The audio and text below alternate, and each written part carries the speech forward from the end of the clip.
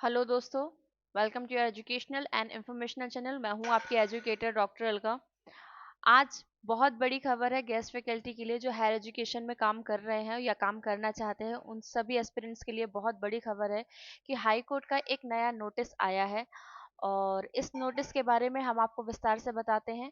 पर आपने अभी तक मेरे चैनल को अगर सब्सक्राइब नहीं किया है तो प्लीज़ सब्सक्राइब कर लीजिए और इस वीडियो को प्लीज़ लाइक और शेयर कीजिए उन एस्पिरेंट्स के साथ जो इसमें भागीदार हैं या होना चाहते हैं, क्योंकि ये दोनों के लिए इम्पोर्टेंट है। जो अभी काम कर रहे हैं गेस्ट फैकल्टी में उनके लिए भी ये इम्पोर्टेंट है और जो गेस्ट फैकल्टी में आने वाले समय में काम करना चाहते हैं उनके लिए भी इम्पोर्टेंट है।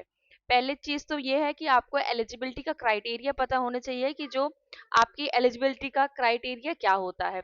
उसके बाद उसके बाद आपको ये पता होना चाहिए कि कब कब हमारी लास्ट चॉइस फिलिंग हुई थी। तो अगर आप लास्ट चॉइस फिलिंग देखेंगे तो ये आपकी हुई थी जनवरी 2024 में। तब से अभी आपकी चॉइस फिलिंग नहीं हुई है न्यू कैंडिडेट्स के लिए। और जब लास्ट में आपकी चॉइस फिलिंग हुई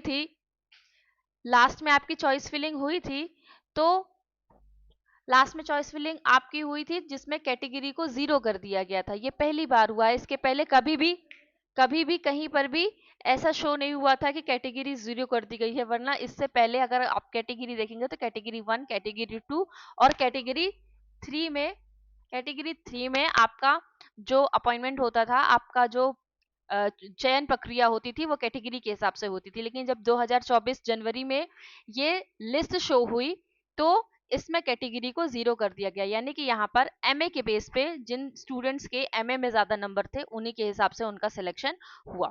तो इस जो जीरो कैटेगरी थी इसको कोर्ट में चैलेंज किया गया था।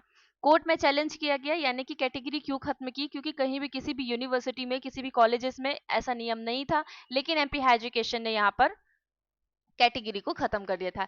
इसके लिए कोर्ट में बहुत सारे केसेस लगे थे। उस टाइम पे काफी लोगों ने बीच में छोड़ दिया था, काफी लोगों ने कंटिन्यू किया था और कोर्ट केस में से आप जानते हैं कि टाइम लग जाता है। तो इसमें ग्वालियर बेंच में केस लगे थे और वहां का एक निर्णय आया है। मैं आपको निर्णय दिखाती हूँ। तो जिसको पहले से भूमिका थोड़ा पता है कि क्या हुआ था जब कैटेगरी जीरो थी, तो उनके लिए तो ये बात समझ में आ जाएगी। लेकिन जिनको नहीं पता तो वो मुझे कमेंट में बताइएगा, उनके लिए मैं अलग से वीडियो बनाऊंगी कि ऐसा क्या मैटर हुआ था। नोटिस आपका ये है, ठीक है। अब नोटिस में क्या है चलिए हम देखते हैं। तो नोटिस काफी बड़ा है, काफी 25 पेज का 23 पेज का नोटिस है। तो इसमें जो इंपॉर्टेंट बातें हैं वो हम यहाँ पर आपको दिखा देते हैं, क्योंकि कुछ भी कोई बात मन से नहीं होगी। जो लिखी हुई बात है वही आपसे यहाँ पर की जाएंगी। अगर आप चैनल में नए हैं तो इसको सब्सक्राइब कर लीजिएगा ताकि अगर गेस्ट फैकल्टी से रिलेटेड कोई भी इंफॉर्मेशन आती है वो आप तक पहुंच जाए और सबसे पहले आप तक पहुंचे। इसलिए आप चैनल को प्लीज सब्सक्राइब करिए। तो बहुत सारे केसेस चल रहे थे इसमें और इसमें एक नोटिस जो निर्णय में ये बताया गया कि the learn senior council of petitioner, मतलब इसका यहाँ पूरे का अगर हम मतलब देखें तो आप एक बार इसको खुद से देख सकते हैं कि इसमें क्या लिखा हुआ है। बाकी आप पूरा नोटिस भी पढ़ सकते हैं अगर आप इसको थोड़ा सा आराम से पढ़ेंगे कि पूरा इंग्लिश में है। तो जो इंग्लिश में अच्छा है उनके लिए तो बहुत अच्छी बात है, लेकिन जो थोड़ा सा इंग्लिश में वीक है तो उनको थोड़ा सा आराम से पढ़ना पड़ेगा, क्योंकि आप पढ़ेंगे तो समझ में आ जाएगा। तो इसमें ये दिया गया था कि जो कैटेगरी खत्म कर दी है तो कैटेगरी को यहाँ पर क्या देनी चाहिए? वरीयता दी जानी चाहिए। क्या देनी चाहिए? यहाँ पर लिखा है आपको, यहाँ पर कैंडिडेट को क्या है, कैटेगरी वाले कैंडिडेट्स को यहाँ पर वरीयता दी जानी चाहिए और जो कैटेगरी है उसको समाप्त यहाँ पर नहीं करना, यानी कैटेगरी को यहाँ पर बनाए रखना। और कैटेगरी के ही लिए ही लड़ाई हो रही थी। और अंत में हम यहाँ पर देखेंगे और बहुत सारी चीजें हैं, क्या बोला क्या नहीं, लेकिन वो आपके लिए उतना इंपॉर्टेंट नहीं है। जो इंपॉर्टेंट है एक हम आपको और दिखा देते हैं कि निष्कर्ष क्या निकला है। निष्कर्ष हम आपको दिखाते हैं। 37 या 35 टोटल आपके पॉइंट्स दिए हुए हैं इसमें। सबसे लास्ट का पॉइंट है, वो लास्ट का पॉइंट हम आपको यहाँ पर दिखाते हैं।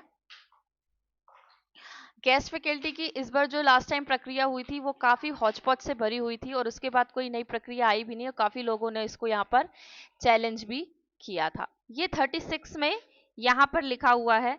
36 में अगर आप देखेंगे तो यहाँ पर दिया है कि जो 5/10/2023 में ये नई नीति आई थी जिसमें कैटेगरी खत्म करने की बात की गई थी।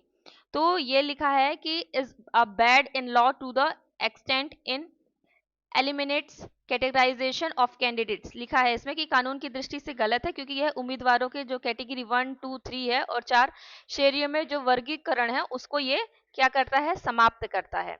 तो केवल उम्मीदवार के पतन के निर्धारण का उद्देश्य इसमें इसमें यहाँ पर दिया हुआ है। आगे इसमें और क्या बोला है, चलिए यहाँ देखते हैं हम।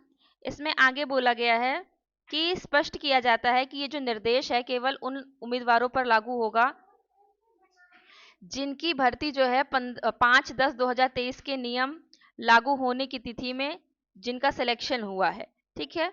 और उन पर लागू नहीं होगा जिनका 5/10/2023 की नीति के आगे या पीछे यानी कि पहले या बाद में हुआ है।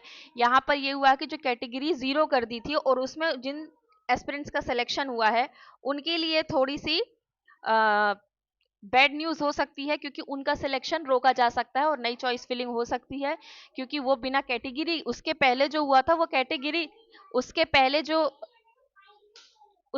जो सिलेक्शन हुआ था वो कैटेगरी वाइज हुआ था। लेकिन जो 5/10/2023 जो 24 में मैंने आपको बताया 2024 में जो अभी आपको मैंने यहाँ पर दिखाया ये जो भर्ती हुई थी इसमें कैटेगरी 0 कर दी थी। तो इनमें जिन एस्पिरेंट्स का हुआ है जिन जिन अतिथि विद्वान का हुआ उनके लिए थोड़ी सी बुरी खबर हो सकती है कि उनकी जो नियुक्ति है उस पर संकट मंडरा सकता है और चॉइस फिलिंग आपकी फिर से हो सकती है। ये उन कैंडिडेट्स के लिए बहुत अच्छी खबर है जो कैटेगरी को बिलोंग करते हैं जैसे कैटेगरी 1 और कैटेगरी 2, और ये उन कैंडिडेट्स के लिए बुरी खबर हो सकती है जो जिनका कैटेगरी या थोड़ी सी उच्च योग्यता नहीं है। तो अब देखते हैं आगे क्या होता है। एमपी हायर, ये तो अभी कोर्ट से आदेश आया है, अब देखते हैं एमपी हायर एजुकेशन इस पर क्या निर्णय लेता है, वो क्या बोलता है इस बारे में। और जल्दी आपको हायर एजुकेशन पर एक नया नोटिस देखने मिलेगा क्योंकि कोर्ट का आदेश तो सबको मानना ही पड़ेगा और मानना भी चाहिए क्योंकि जो वैध है वो वैध है, जो अवैध है वो अवैध है। जो एक कैटेगरी से चलना चाहिए क्योंकि पहले भी ऐसा होता था एकदम से कैटेगरी खत्म क्यों कर दी। तो अब इसका जवाब देगी एमपी हायर एजुकेशन और वेट करते हैं हम एमपी हायर एजुकेशन के जवाब पे कि वो क्या देती है। और अगर उसका जवाब आता है कैटेगरी के पक्ष में तो ये आप मान के चलिए कि आपकी चॉइस फिलिंग होगी क्योंकि उन लोगों को निरस्त कर दिया जाएगा जिनकी 5/10/2023 के अनुसार नियुक्ति हुई है और जो अब कैटेगरी जैसी चलती थी उसी के हिसाब से अब लोग कैंडिडेट्स की नियुक्ति होगी।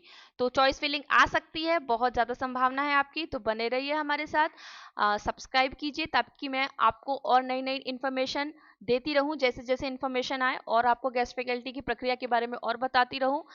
तब तक के लिए आप बने रहिए हमारे साथ और देखते रहिए